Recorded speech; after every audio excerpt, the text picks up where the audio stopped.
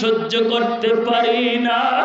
জিবরাইল বন্ধুকে যাইয়া বলে দাও বন্ধুর ৭০,০০০ উম্মত বিনা হিসাবে আমি জান্নাত দিয়া দিব।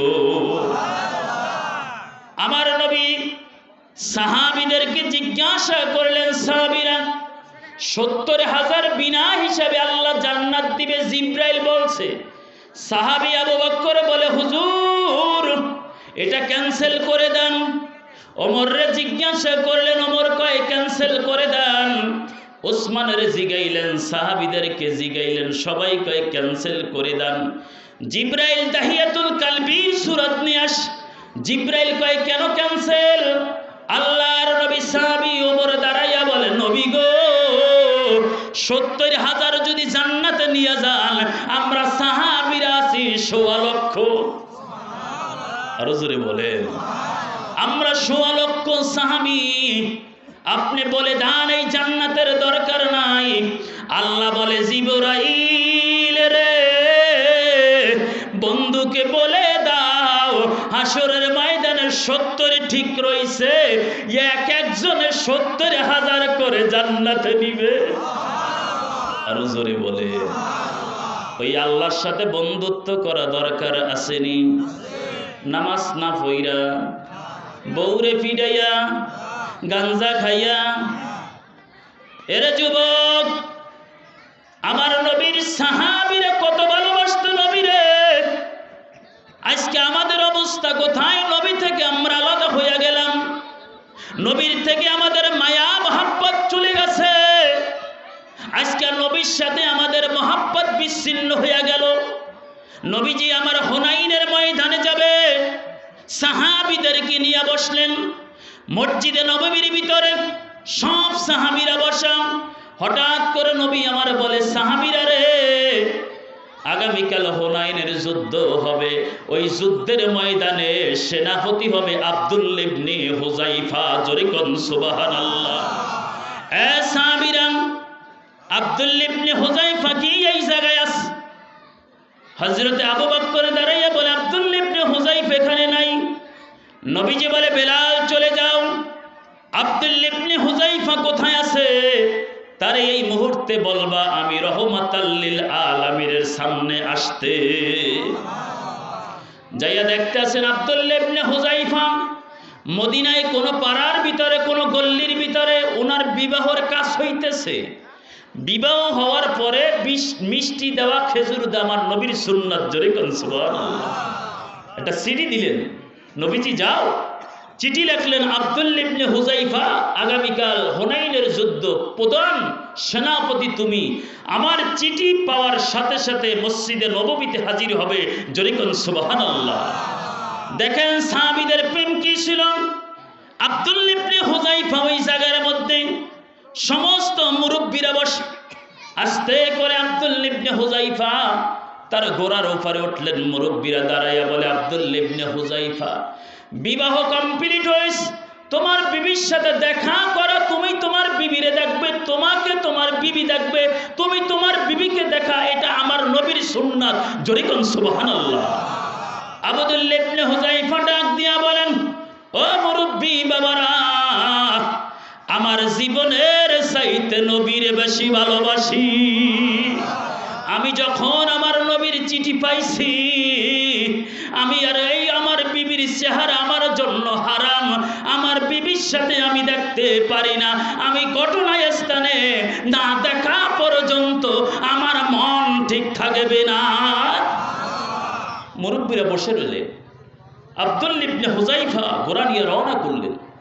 রওনা করার পরে যাইয়া দেখে রাসূল সাহাবীদেরকে নিয়ে কথা বলতেছে। আব্দুল্লাহ ইবনে হুযায়ফাকে দেখে নবী মুস্কি হাসি দিলেন। জোরে কোন সুবহানাল্লাহ। নবীজি বলে, বাবা তুমি আসছো? ইয়া রাসূলুল্লাহ, আমি আসলাম। নবীজি বলে, আগামীকাল যুদ্ধের ময়দানে, হুনাইনের ময়দানে প্রধান সেনাপতি তুমি। ৩ জন সেনাপতি আমি নিযুক্ত করেছি। ঠিক আছে হুজুর, আমি প্রস্তুত আছি। কিছুক্ষণ পরে বেলাল আযান দিলেন ফজরের। নবীজি বলে, তোমরা তাড়াতাড়ি যুদ্ধের সামানা জমা করো। তীর দামক কোথায় কে আছে সব আসলেন। কিছুক্ষণ পর একটা চিঠি আসলেন। চিঠির মধ্যে লেখা, হে আব্দুল্লাহ ইবনে হুযায়ফা, গেছে রাত্রে তোমার সাথে আমার বিবাহ হয়েছে, আমি তোমাকে দেখি নাই, তুমি আমাকে দেখো নাই। হাসরের ময়দানে যদি তুমি শহীদ হইয়া যাও যুদ্ধের ময়দানে, কি করে তোমাকে বাছাই করে হাসরের ময়দানে সাক্ষাৎ করব? জোরে কোন সুবহানাল্লাহ। আব্দুল্লাহ ইবনে হুযায়ফা চিঠির জবাব দিলেন, বিবি আমি পারলাম না, দুঃখিত, তোমার সাথে হাসরের ময়দানে দেখা হবে। জোরে কোন সুবহানাল্লাহ। চিঠি চলে গেলেন।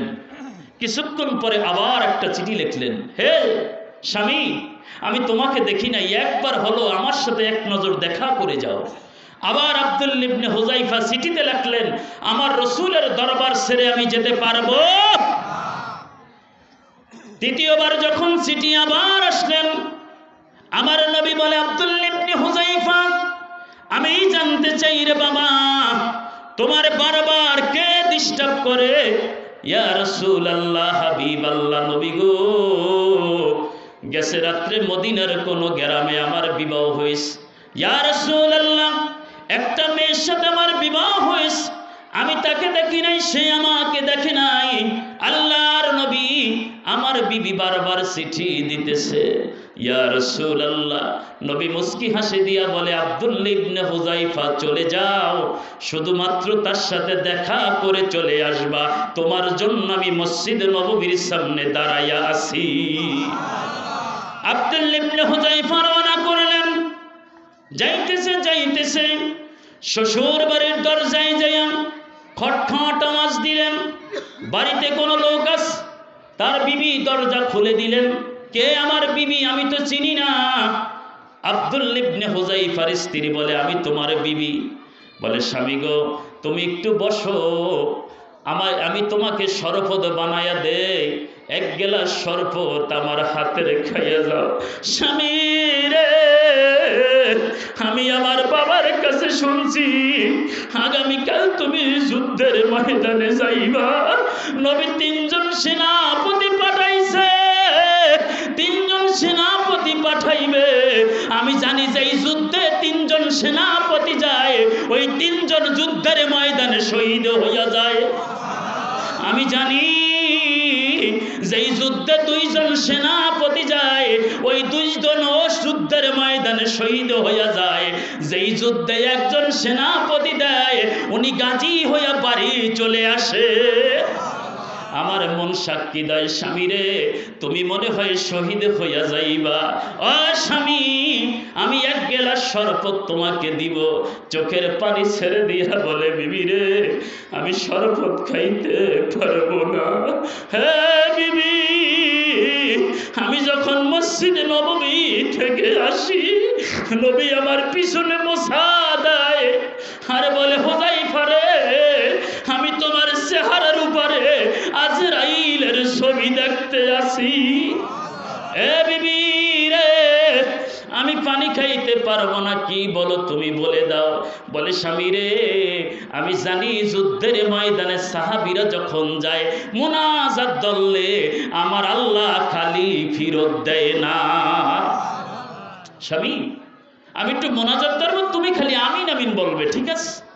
মোনাজাত উঠাইলেন, আল্লাহ, ও মালিক, আমার স্বামী যুদ্ধের ময়দানে যাবে, হুনাইনের ময়দানে যাবে, আমার স্বামীরে তুমি শহীদ কইরো না। আমার স্বামীর সাথে আমি রাজ্যাপন করি নাই, আমার স্বামীর আমি আদর করতে পারি নাই, আমার স্বামীরে আমি ভালো মতোর কোনো ব্যবহার করতে পারি নাই। তুমি না বলছো, হুন্না লিবাসুল লাকুম ওয়া আনতুম লিবাসুল লাহুন্না, স্বামীর জন্য স্ত্রী জামা, স্ত্রীর জন্য স্বামী জামা। আমার স্বামীর খেদমত আমি করতে পারি নাই। এই কথা যখন বলল, আস্তে করে হুযায়ফা মোনাজাতটা ছেড়ে দিল। স্ত্রী ডাক দিয়া বলে, স্বামী রে, মোনাজাতটা কেন ছাড়লা, তার বা কারণ কি? বলে, বিবি রে, আমি তোমার মোনাজাতে আমি আমিন বলতে পারি না। আমি তাকাইয়া দেখি ওই ময়দানে আমি শহীদ হব, জান্নাতের হুর গেলমান আমি হুযায়ফার দিকে তাকাইয়া আছে। আরো জোরে বলেন, এ বিবি, আমি যাই রে বিবি, আর দেখা হবে না। আমার লাশটা আসলে একটা কপালে চুমা দিয়া দিও। যুদ্ধের ময়দানে চলে গেল, হযরতে হুযায়ফা প্রথম শহীদ হয়ে গেল।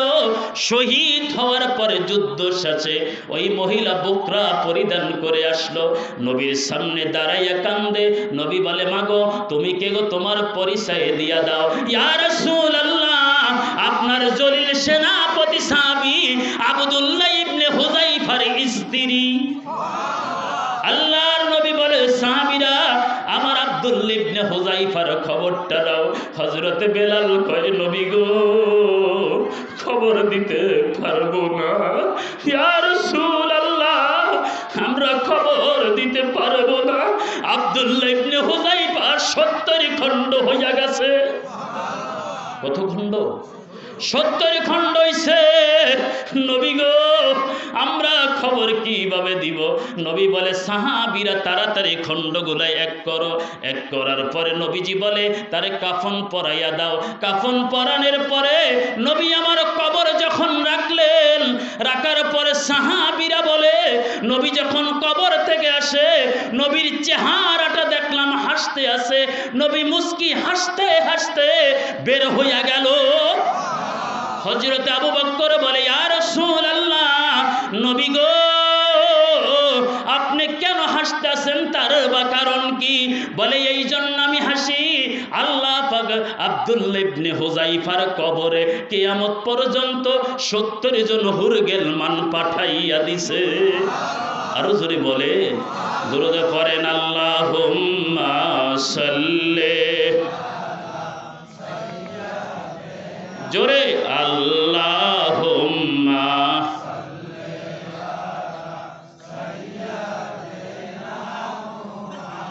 মদনা বিয়ানা